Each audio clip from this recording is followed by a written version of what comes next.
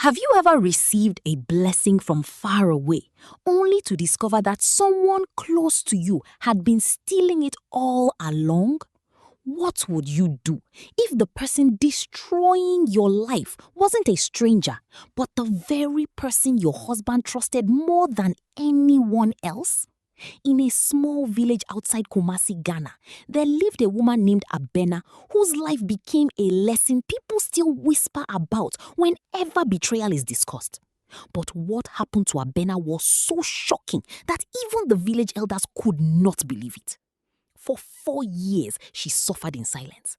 For 4 years, her child went hungry. Before our story begins, tell me where you're watching from. If you enjoy Folktales, like and subscribe to join our family. Abena was not born into wealth.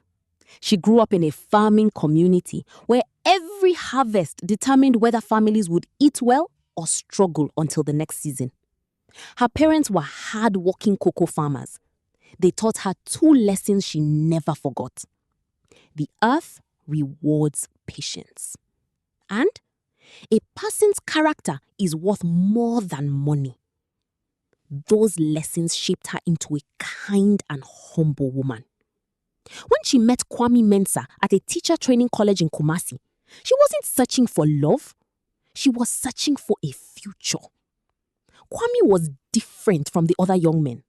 He was ambitious without being arrogant, hardworking without being boastful. And unlike many people who talked about dreams, Kwame walked relentlessly toward his. Their friendship slowly grew into love. After graduation, they married in a simple ceremony attended by friends, relatives, and villagers. Among the guests was Kwame's elder brother, Kojo. Kojo laughed loudly, danced energetically, and acted supportive. But beneath his cheerful appearance lived a jealousy nobody noticed, not even Kwame. Years passed. Life was difficult. Money was scarce. Some days, Abena sold roasted plantain by the roadside. Other days, she helped women in the market carry goods for small payments. Yet, she never complained. When their daughter Adwa was born, joy filled their home. The little girl became the center of their world. Holding his newborn daughter, Kwame made a promise. My child will never suffer the way I suffered. Unfortunately, life had other plans. Despite years of hard work, opportunities remained scarce. Then one day, everything changed. A former schoolmate named Kofi returned from Canada. The 2 men met unexpectedly at a transport station in Accra. Kofi had built a successful cleaning company in Toronto. When he heard about Kwame's struggles, he offered him an opportunity. Come to Canada, Kofi said. I need someone I can trust. The offer felt like a miracle. After many discussions and prayers, Kwame made the painful decision to leave Ghana temporarily. The plan was simple: work abroad, save money, then bring Abena and Adwa over.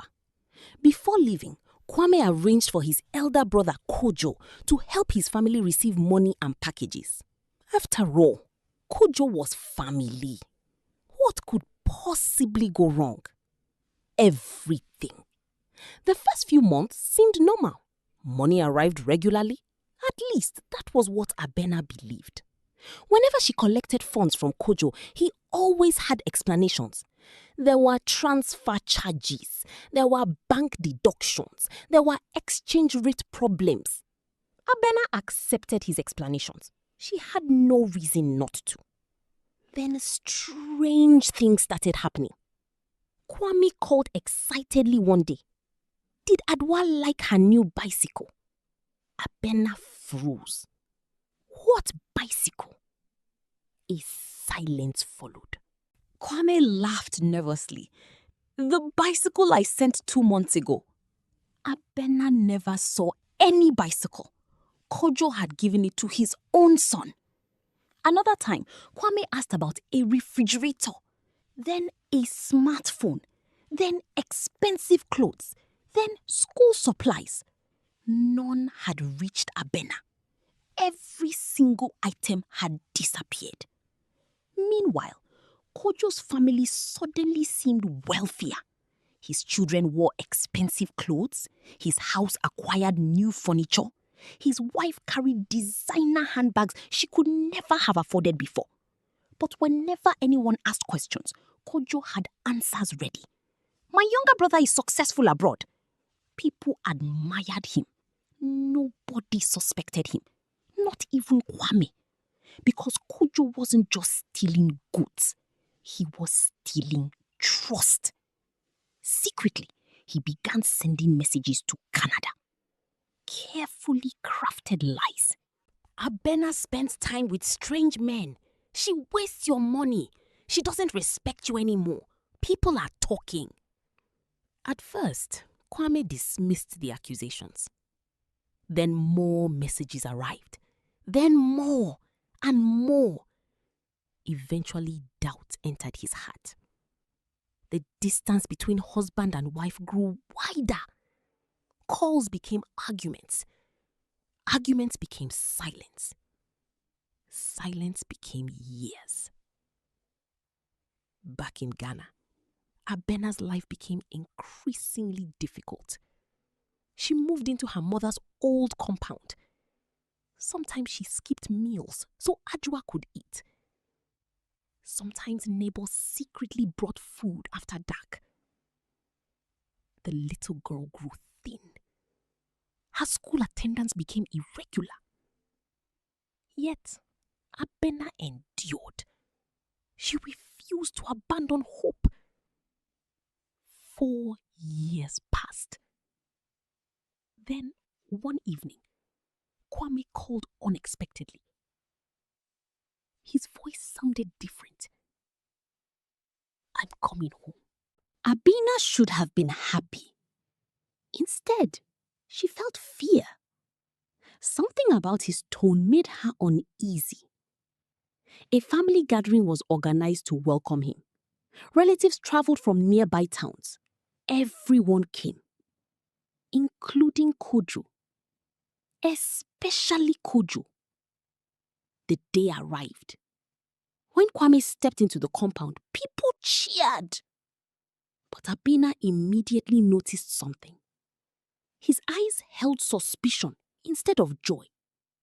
The celebration felt forced, like sunshine before a storm. Finally, Kwame requested a private conversation. What happened next changed everything. He accused her of wasting money, of infidelity, of dishonesty. Abena listened in stern silence. Then slowly, painfully, the truth became clear. Every accusation originated from one source: Kojo. Her heart broke, not because she had been accused, but because her husband had believed it. When the confrontation moved into the family courtyard, villagers and relatives gathered around.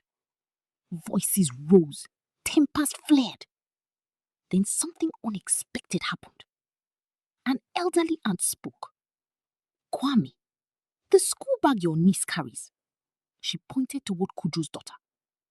Didn't you show me a picture of that bag years ago and say it was for Ajua? The courtyard became silent. Another relative pointed at a tablet device, then a bicycle, then a refrigerator. One by one, the evidence appeared like pieces of a puzzle. Kojo's confidence began to crack. Sweat formed on his forehead. His excuses grew weaker until finally he exploded. Why should they get everything? He shouted. The crowd gasped. Years of jealousy poured out. He admitted taking the gifts, the money, the packages, everything. He admitted spreading lies, destroying trust, manipulating his brother.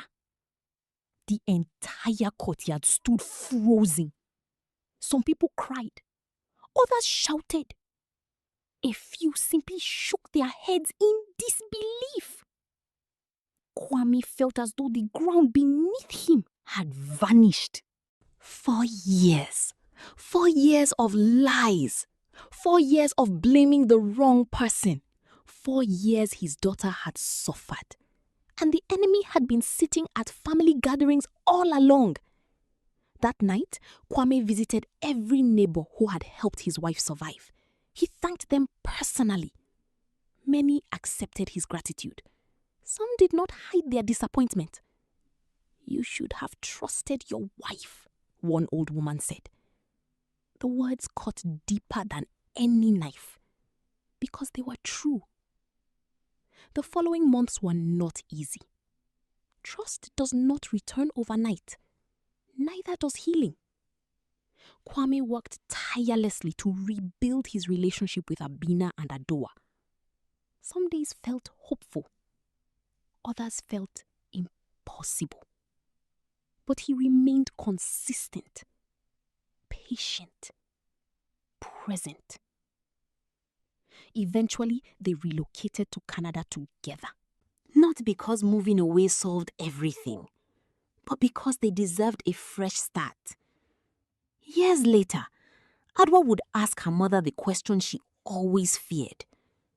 Why did Uncle Kojo do it? Abena would sigh before answering. Because jealousy is a fire that burns the person carrying it. And that was exactly what happened. Kojo lost the respect of his community, lost relationships, lost trust. The very things he tried to steal eventually disappeared from his own life. The elders in the village still tell this story today.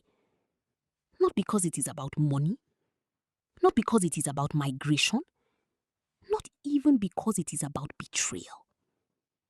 They tell it because it teaches a truth every generation must remember. A snake outside your house is dangerous, but the snake hiding inside your house is far more dangerous. And sometimes, the greatest enemy is the one sitting at your own table.